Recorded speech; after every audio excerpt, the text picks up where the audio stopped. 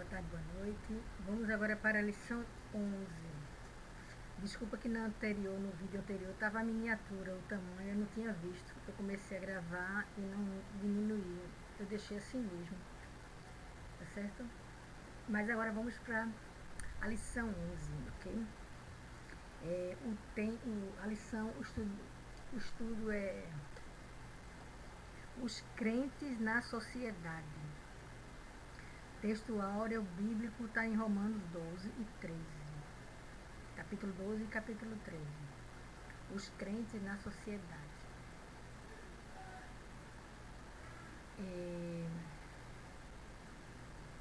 O texto do nosso estudo de hoje leva-nos a pensar na responsabilidade que temos como testemunhas de Cristo nas relações com os não crentes.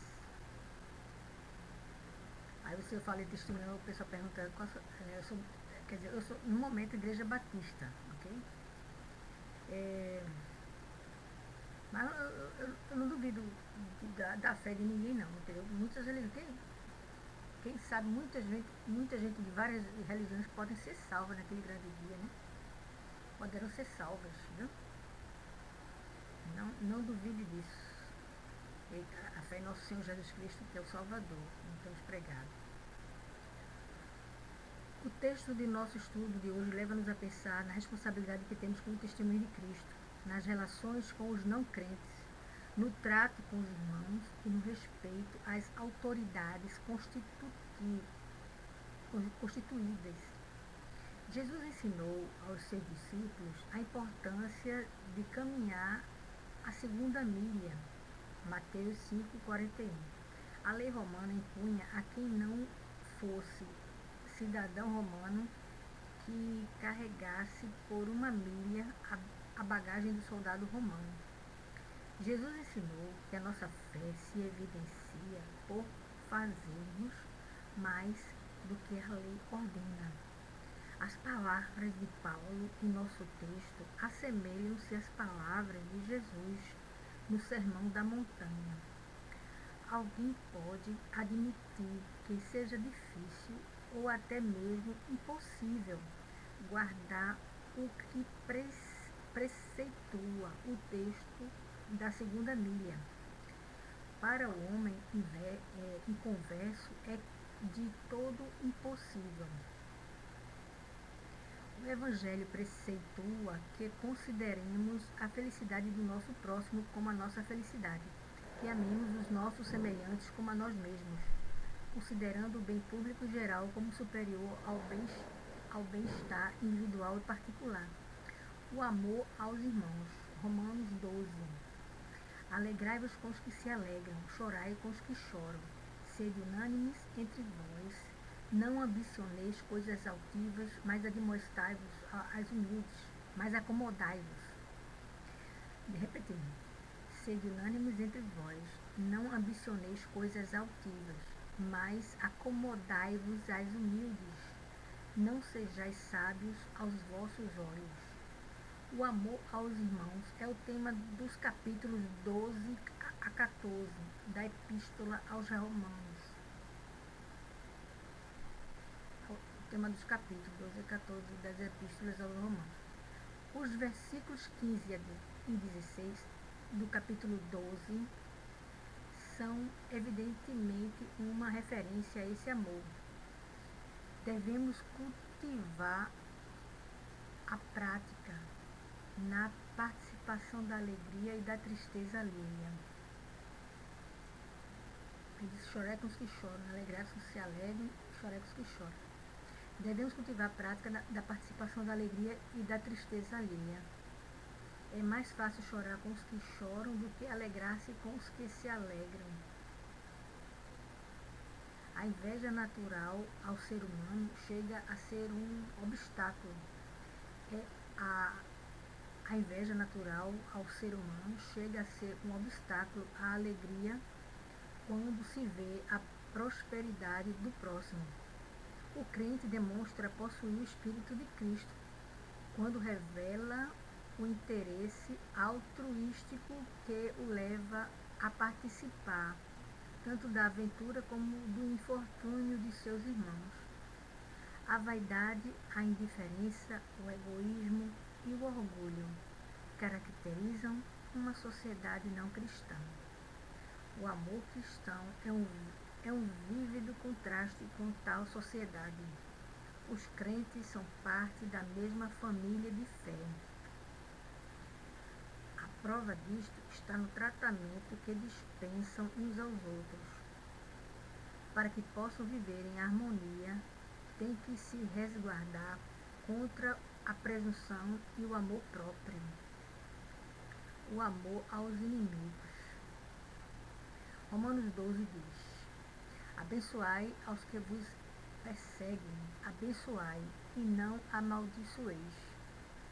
A ninguém torneis mal por mal. Procurai as coisas dignas perante todos os homens. Se for possível, quanto depender de vós, tende paz com todos os homens. Não vos vingueis a vós mesmos, amados, mas dá lugar à ira de Deus, porque está escrito: minha é a vingança, eu retribuirei, diz o Senhor. Antes, se teu inimigo tiver fome, dá-lhe de comer. Se tiver sede, dá-lhe de beber, porque fazendo isto amontoarás brasas de fogo sobre a sua cabeça. Não te deixes vencer do mal, mas vence o mal com o bem. O amor é a essência da natureza divina, porque Deus é amor. É por amor que Deus fez morada na alma humana. É preciso que o homem primeiro ame a Deus, para que seja impulsionado por uma força divina a amar os seus semelhantes, como a si mesmo.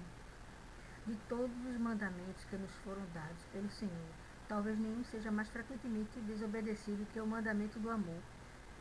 Se um cristão deve amar seus inimigos, há algumas coisas que ele deverá fazer e outras que ele deverá evitar. A cruz é a mais alta expressão de amor. Nela, Jesus permitiu que seus inimigos lhe fizessem o pior.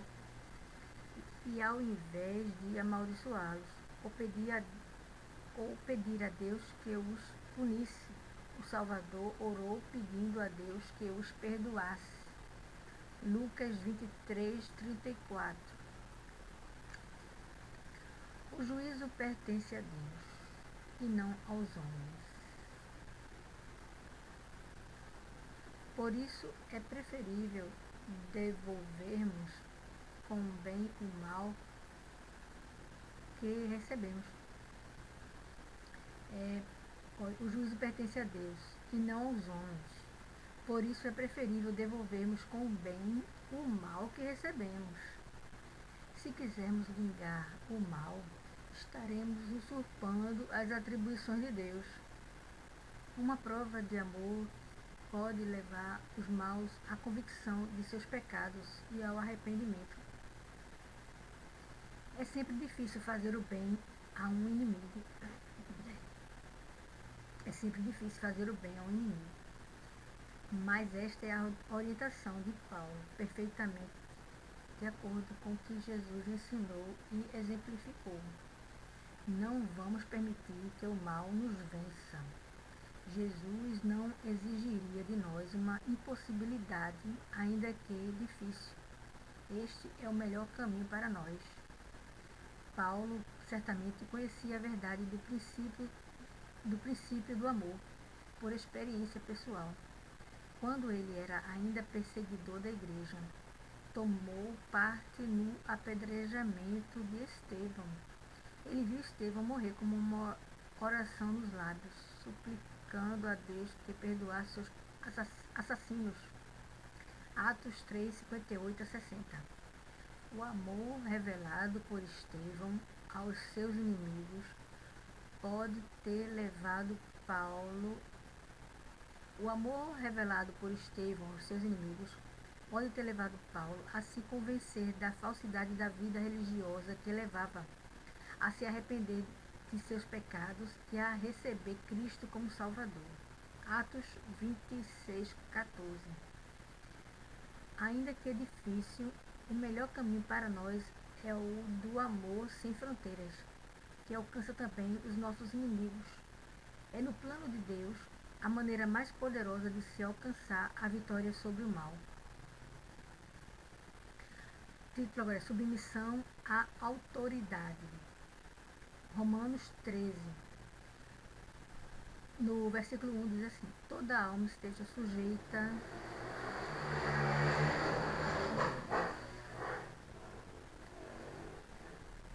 Romanos 13, 1 diz assim: toda alma esteja sujeita às autoridades superiores, porque não há autoridade que não venha de Deus, e as que existem foram ordenadas por Deus. O Estado é uma ordenação divina, instituído para promover a segurança e a paz. Uma das primeiras obrigações do governo é a manutenção da lei e da ordem. O indivíduo representa a si mesmo. O Estado, porém, representa a comunidade, que deve protegê-la. Paulo ensina que o Estado representa mais do que a comunidade, porque representa Deus. Uma pessoa não tem o que temer da ação do Estado, se faz o que é legal e justo. Um cristão obedece à lei não por causa propriamente das sanções que o Estado aplica aos infratores, mas por um dever de consciência que a tanto constrange. Deixa eu só beber uma aguinha. Dá licença?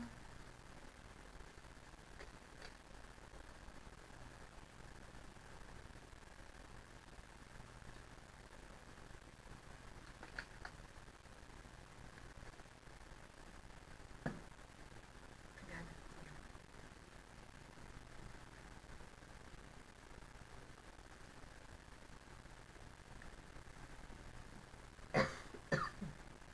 Desculpa.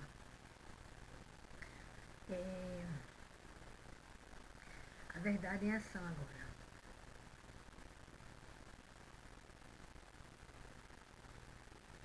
O espírito cristão. 1.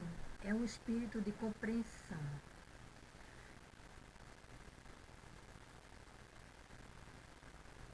Abençoai aos que vos perseguem. Romanos 12, 14. Só a Deus assiste o direito de julgar os homens. É mais fácil responder brutalmente a uma ofensa.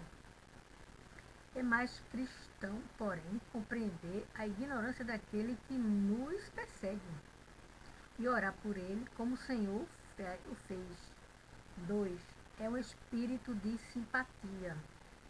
Alegrai-vos com os que se alegram, chorai com os que choram. Romanos 12, 15.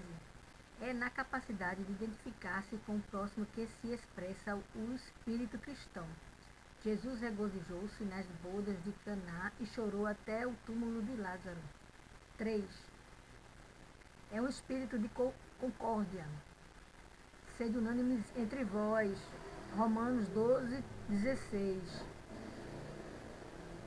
O êxito de uma obra cooperativa depende da união de vistas de todos os que nela trabalham. Haverá progresso se, como um todo, nos voltarmos para os grandes interesses da causa do Senhor. 4. É o espírito de humildade.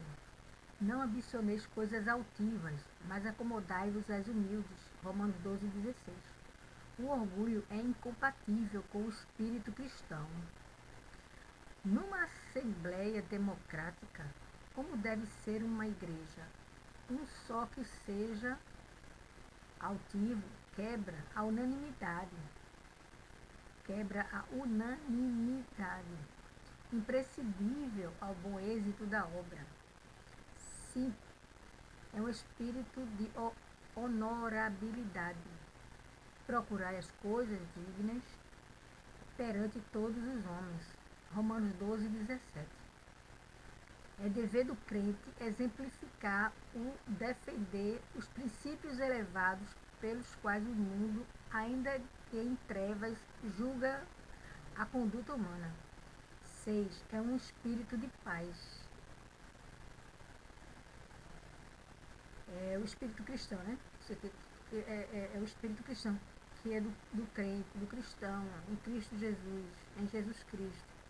É um espírito de paz. Tende paz com todos os homens. Romanos 12:18. O conflito nunca deve existir por culpa do servo de Deus. Como elemento pacificador, ele tem a obrigação de procurar sempre a paz, ainda que seja forçado a caminhar a segunda milha. 7. É um espírito de amor. Se o teu inimigo tiver fome, dá-lhe de comer. Romanos 12:20. A pena que maior e mais profundo impacto pode causar ao inimigo é receber favores da mão de alguém que antes era por ele combatido. Só o amor de Cristo pode operar tal coisa. 8. É um espírito de vitória. Vence o mal com o bem. Romanos 12:21. Estamos no mundo em contato com pessoas dominadas pelo mal. Nas nossas relações com elas, temos a oportunidade de mostrar que possuímos um poder que elas desconhecem e que nos leva à vitória sobre o mal. 9. É um espírito de ordem. Toda alma esteja sujeita às autoridades superiores. Romanos 13:1. O governo civil e seus representantes são de Deus e merecem o respeito e a obediência da parte dos crentes. Aí eu pergunto ao nosso país, Brasil, todos respeitam as autoridades? Fica essa minha pergunta e cada um analise por si só, ok? De acordo com o que foi lido agora, que a Bíblia nos fala que toda alma esteja sujeita às autoridades superiores, porque não há autoridade que não venha de Deus, e as que existem foram ordenadas por Deus. Romanos 13. Fique isso na mente de vocês, que Deus te abençoe e até a próxima lição, a lição 12.